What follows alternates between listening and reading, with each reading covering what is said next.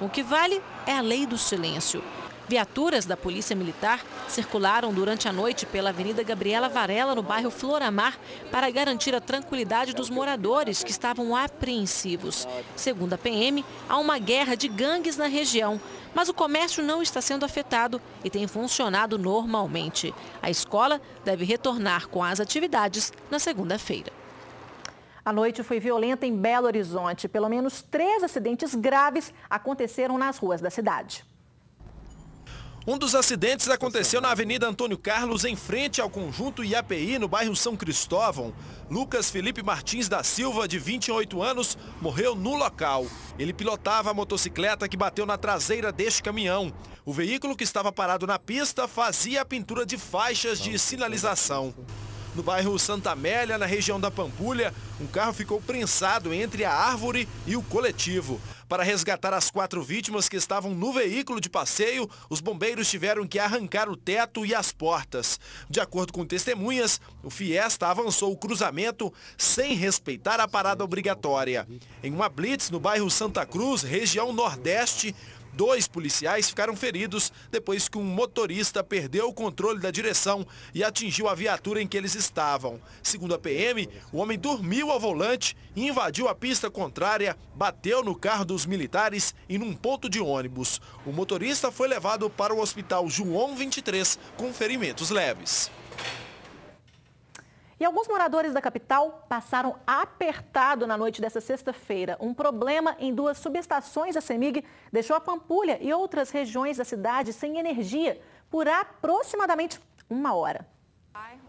Uma telespectadora que estava no bairro Barro Preto filmou a escuridão. Essa é a rua Juiz de Fora, esquina quase com Augusto de Lima, e aqui nesse bairro não tem energia.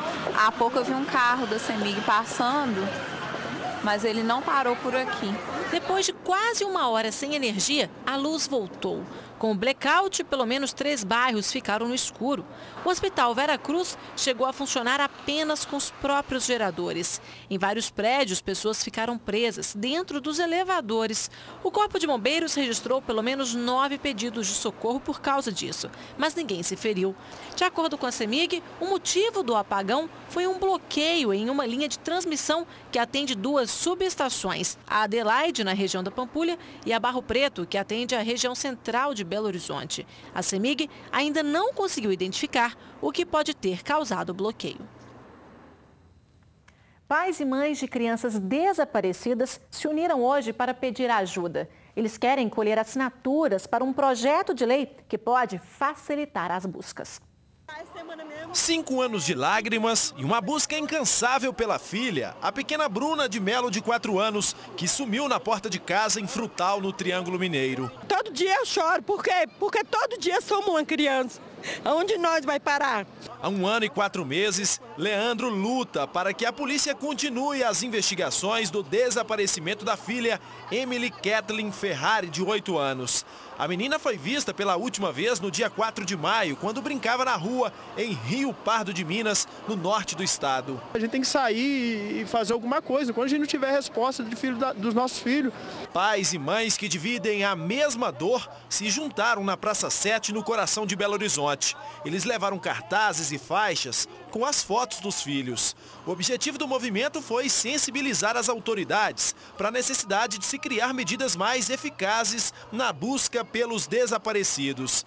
Eles querem evitar que a resposta apareça tarde demais, quando apenas o corpo é encontrado. Foi o que aconteceu com o filho da Cleia, que sumiu em 2006 e foi achado morto 1 ano depois. Tudo que a gente lutou na época, né? O alerta AMBA, a unificação dos polícias, os abaixo-assinados, eu vejo que hoje é a mesma coisa. Segundo dados da Secretaria de Estado de Defesa Social, só no primeiro semestre deste ano, 818 pessoas desapareceram em Belo Horizonte. Muitas dessas crianças foram através do tráfico internacional e outras crianças estão no Brasil na posse de pessoas que retiraram da mãe. Ter um filho desaparecido deve ser muito pior do que ter um filho morto, porque Você nunca sabe onde está, com quem que está, se está vivo, se está morto, se está bem.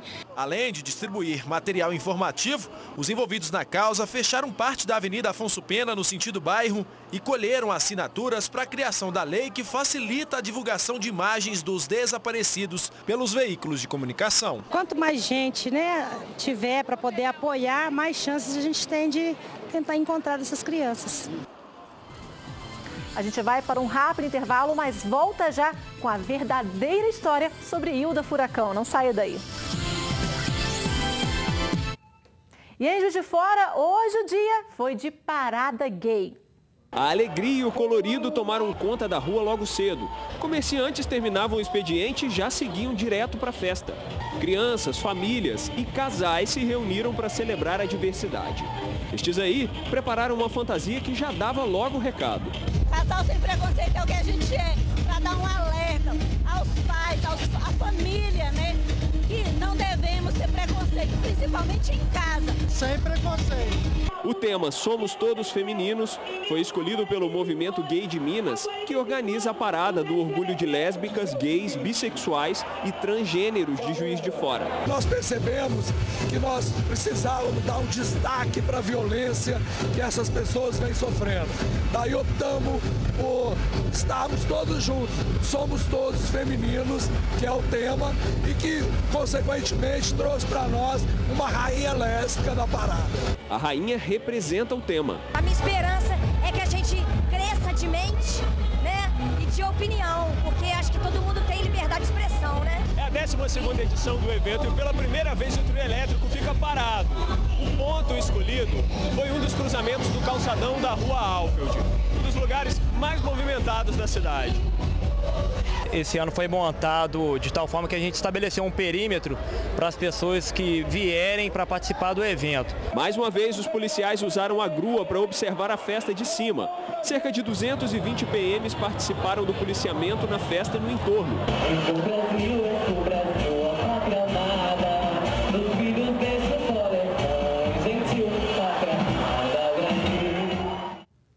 Vamos ver agora como fica o clima amanhã em todo o estado.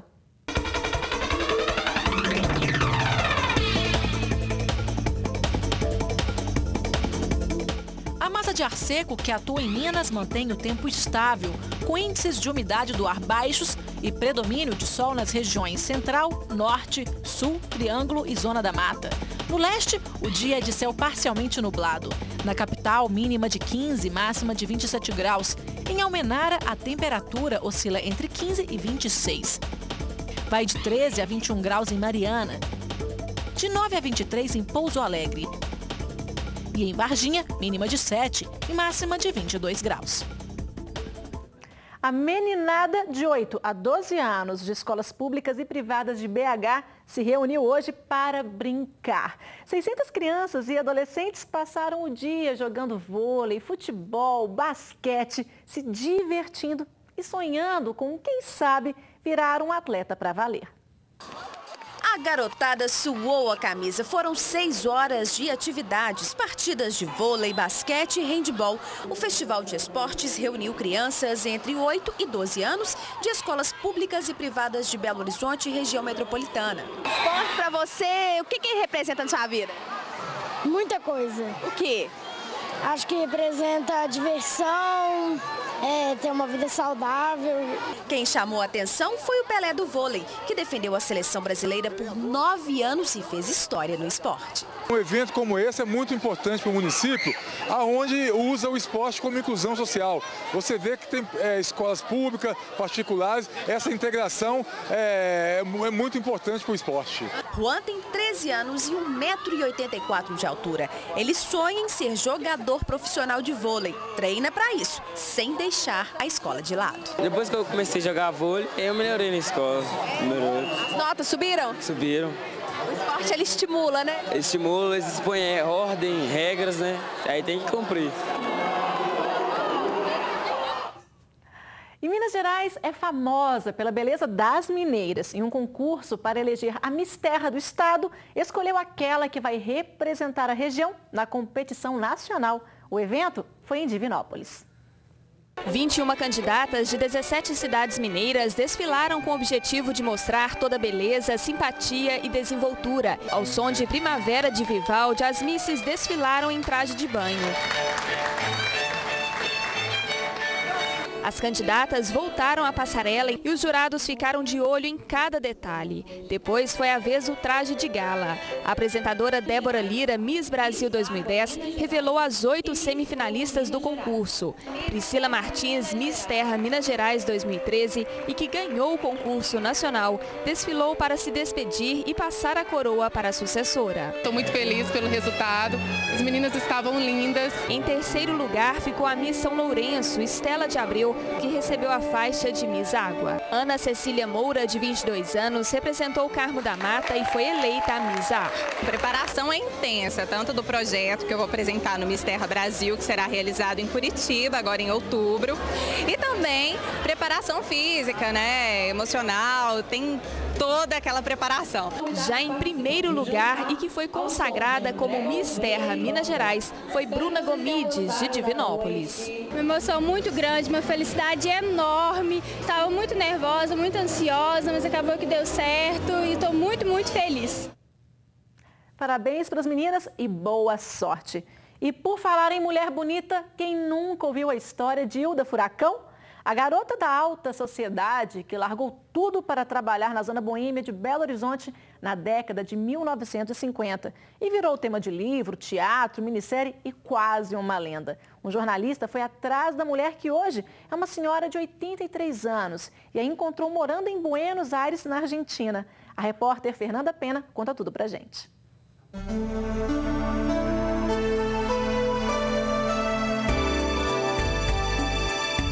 Nos tempos áureos da década de 1950, ela era a Hilda Furacão, mulher que fez nome na zona boêmia de BH. Naquela época, Belo Horizonte tinha uma vida boêmia muito intensa, que era ali da rua Guaicurus, com São Paulo. Hilda Furacão trabalhava no Hotel Maravilhoso, um dos locais em que o então soldado Afonso patrulhava nos fins de semana. As pessoas contavam que ela era pernambucana, de média estatura, morena clara e olhos amendoados e com uma boa educação.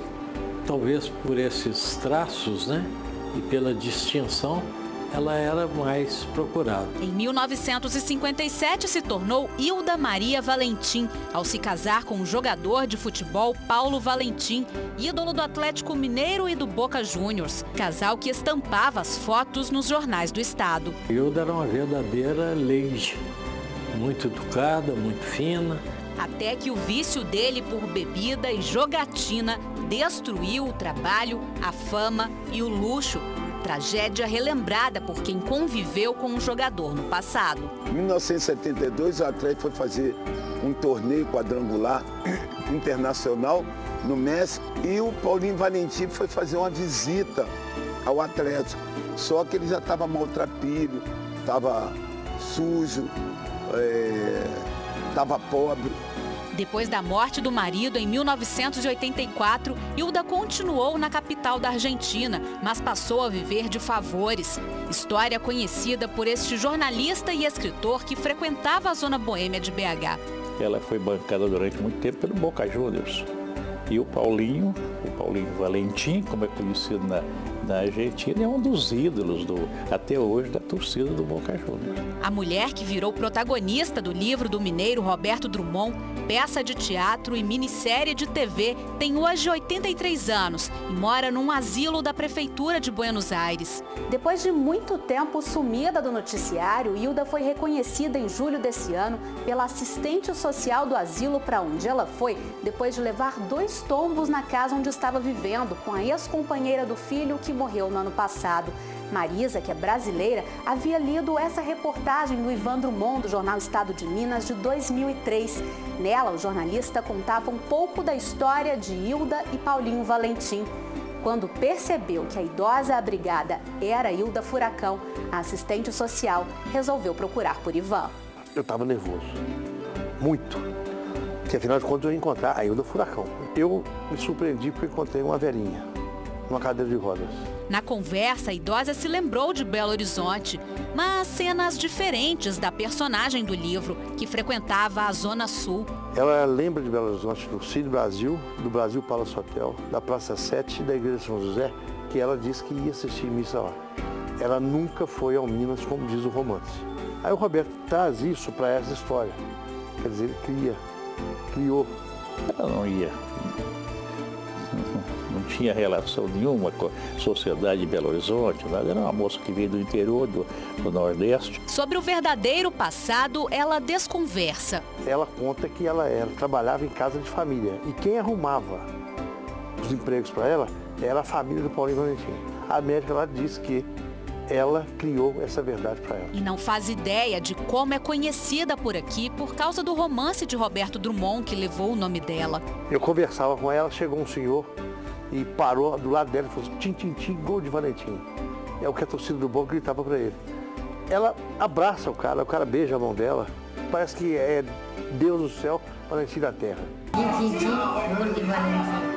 O reencontro trouxe aos belo-horizontinos que viveram naquela época ou a quem já havia se aventurado pelas páginas do livro vontade de saber mais sobre a história de Hilda Furacão, mesmo que ela não tenha todo o glamour da imaginação de Roberto Drummond. Eu mesmo pensei que ela tivesse morrido, que não se ouvia falar na Hilda.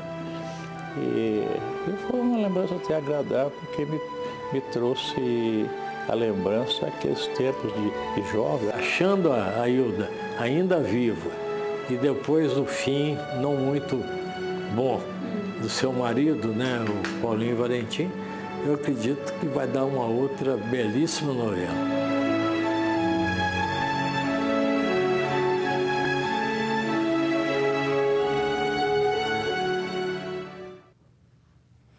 E uma peça de teatro um tanto irreverente tem mudado a rotina dos moradores do bairro Saudade nos finais de semana. É que o espetáculo simula um funeral. Ele acontece no entorno e dentro do cemitério. Dá uma olhada.